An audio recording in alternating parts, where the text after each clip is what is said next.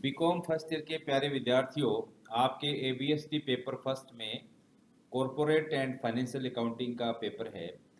और इसमें सिलेबस के हिसाब से जो अभी आपका जो चैप्टर चल रहा है वो है disposal of profits and issue of bonus shares, लाभों का निपटारा और बोनस अंशों का निर्गमन।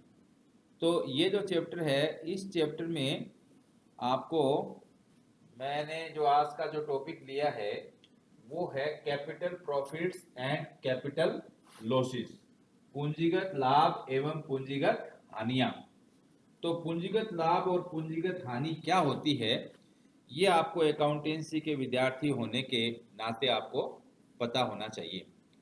तो अगर मैं सरल अर्थों में आपको अगर समझाऊं तो पूंजीगत लाभ क्या है कि व्यापार की सामान्य जो प्रक्रिया है उसके द्वारा कमाया हुआ लाभ नहीं है। जैसे मान लो किसी आदमी की कपड़े की दुकान है, कपड़े का व्यापार है, तो कपड़ा बेच करके अगर उसके कोई इनकम होती है तो वो आपका क्या है, रेवेन्यू प्रॉफिट है, कैपिटल प्रॉफिट नहीं।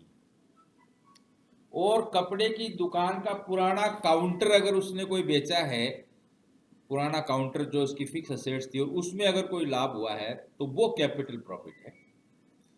और इसी तरह से कैपिटल लॉसेस में भी व्यापार की सामान्य प्रक्रियाओं के दौरान आपका लॉस नहीं है, किसी फिक्स असेट्स को बेचने से आपका कोई नुकसान हुआ है तो वो आपका कैपिटल लॉस है। तो कहने का मतलब ये है कि व्यापार के अंदर बहुत से ऐसे प्रॉफिट हैं जो रेवेन्यू प्रॉफिट न कहला करके कैपिटल प्रॉफिट कहलाते हैं, और ऐसे कुछ नुकसान भी हैं जो रेवेन्यू लॉसेस न होकर के कैपिटल लॉसेस कहलाते हैं। देखिए, एक कंपनी के अंदर क्या है कि जो उसका मुख्य व्यापार जिस चीज़ का है, जिस गुड्स का है, जिस सामान का है, जैसे बिजली का सामान कंपनी बेचती है, तो बिजली के जो सामान है वो उसके गुड्स है, उसको बिजली का सामान बेचने से कोई प्रॉफिट हुआ है तो वो तो आपका क्या है, रेवेन्यू प्रॉफिट है। लेकिन अगर वो मान लो अपनी कोई पुरानी बिल्डिंग को बेचता है जिसमें उसका व्यापार चल रहा है, जो उसकी फिक्स असेट्स है, तो उसको बेचने से अगर कोई नुकसान है तो फिर वो आपका कैपिटल लॉस है। इसी तरह से एक व्यापार के अंदर, एक कंपनी के अंतर्गत बहुत से ऐसे प्रॉफिट्स हैं जिसमें आपको ये फर्क करना पड़ेगा कि ये रेवेन्यू प्रॉफिट है और ये कैपिटल प्रॉफिट है, ये रेवेन्यू लॉस है और ये कैपिटल लॉस है। तो ये इस चैप्टर में इसलिए जरूरी है कि क्योंकि कंपनी जो लाभांश का वितरण करती है वो लाभांश से कौन से फंड से कौन से पैसों में से दिया जा सकता है, ये चीज़ आपको विशेष तौर पर ध्यान रखनी है। क्योंकि उससे पहले वाले लेक्चर में मैंने आपको बताया था कि कुछ ऐसे रिजर्व्स और फंड्स हैं जिनमें से लाभांश का वितरण हो सकता है, और कुछ ऐसे फंड्स हैं जिसमें लाभांश का वितरण अंशधारियों को नहीं किया जा सकता। इसी तरह से जो आपके कैपिटल प्रॉफिट्स हैं, उस कैपिटल प्रॉफिट्स में से भी लाभांश का वितरण सामान्यतः नहीं किया जा सकता। क्या धारा 205 कैपिटल प्रॉफिट के लाभांश के रूप में बांटने का वितरण के लिए कुछ ढील दे रही है या पूर्णतः प्रतिबंध है, ये बात मैं इस लेक्चर में आपको बताना चाह रहा हूँ।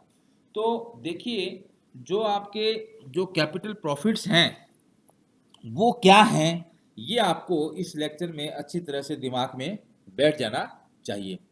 देखिए, धारा 205 जो है पूंजीगत लाभों के वितरण पर पूर्णतः रोक नहीं लगाती है।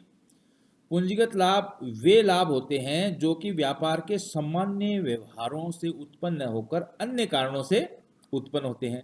जैसे आपको मैं कुछ उदाहरण देता हूं जो पूंजीगत लाभ के उदाहरण हैं। जैसे प्रतिभूतियों के निर्गमन पर प्राप्त प्रीमियम, अगर आप कोई अंश अगर जारी करती है कंपनी कोई प्रतिभूति और उसमें जो प्रीमियम, सिक्योरिटीज प्रीमियम जो प्राप्त होता है वो क्या है, पूंजीगत लाभ है। जब्त अंशों के पुनर्निर्माण के पश्चात अंश ऋण खाते की बची हुई जमा राशि शेयर फॉरफिटेड अकाउंट में रीइश्यू करने के बाद अगर कोई पैसा बच जाता है तो वो भी पूंजीगत लाभ है, कैपिटल प्रॉफिट है। कंपनी द्वारा समामेलन से पूर्व कमाए गए लाभ प्रॉफिट प्रायर टू इनकॉर्पोरेशन, इससे पहले मैंने आपको वीडियो और लेक्चर दिया था, उसमें बताया था समामेलन से पूर्व के लाभ। उसमें मैंने आपको बताया था कि ये पूंजीगत लाभ होते हैं, रेवेन्यू लाभ रेवेन्यू प्रॉफिट नहीं होते, कैपिटल प्रॉफिट्स होते हैं।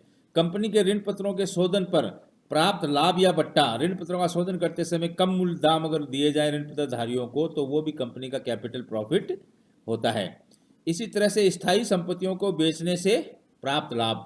अब व्यापार के अंदर बहुत सी स्थायी संपत्तियां होती हैं, जैसे लैंड एंड बिल्डिंग है, तो लैंड एंड बिल्डिंग को अगर आप पुरानी हो गई उसको बेचते हो, कंपनी अगर बेचती है तो उससे अगर कोई प्रॉफिट होता है तो उसको भी कैपिटल प्रॉफिट कहा जाएगा।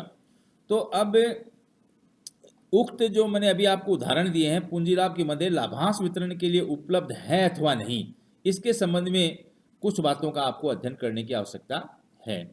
जैसे प्रतिभूतियों के निर्गमन पर प्राप्त जो प्रीमियम है उसके बारे में क्या बताया गया है कि अंशों के निर्गमन पर प्राप्त प्रीमियम का उपयोग केवल उन्हीं कार्यों के लिए किया जा सकता है जो कंपनी अधिनियम 1956 की धारा 78 में वर्णित है।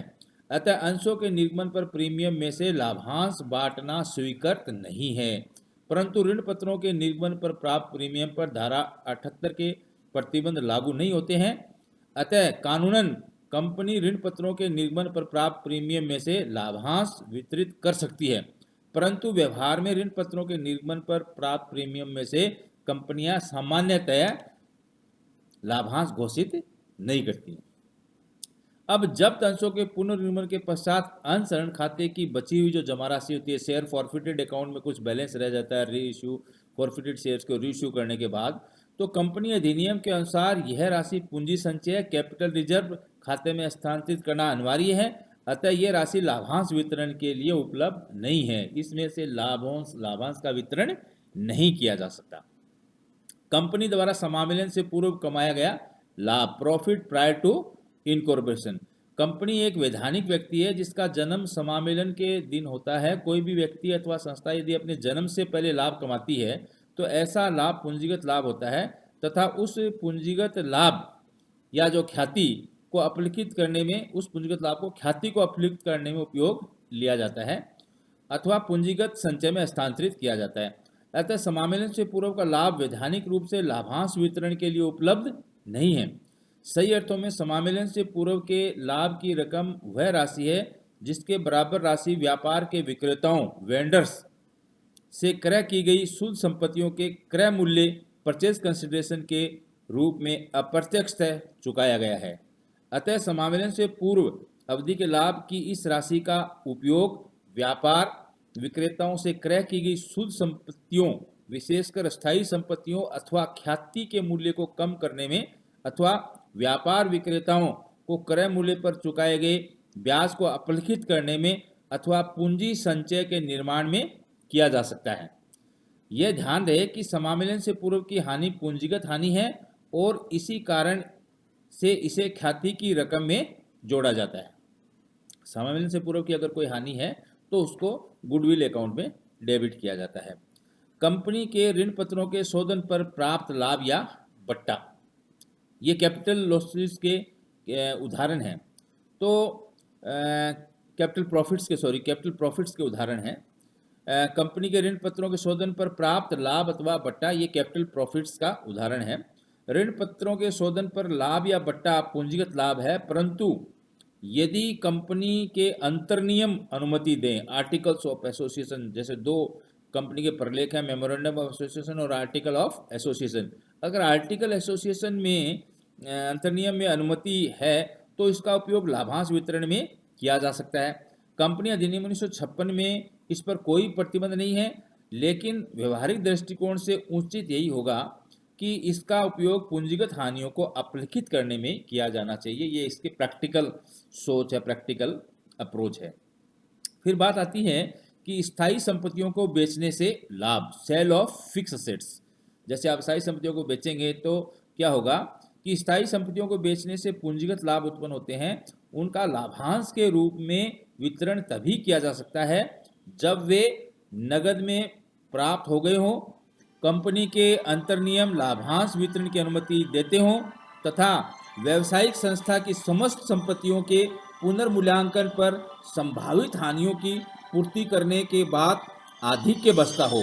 उपरोक्त तीनों शर्तों के पूरा करने के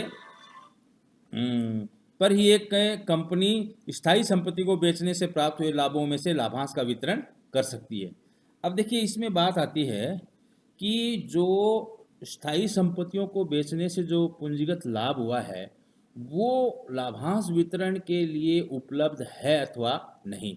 अब इसमें क्या है कि कुछ शर्तें लगा दी हैं, कुछ बातें बता दी हैं कि इनकी अगर पूर्ति होती है तो उनको उस लाभ को लाभांश वितरण के लिए प्रयोग किया जा सकता है।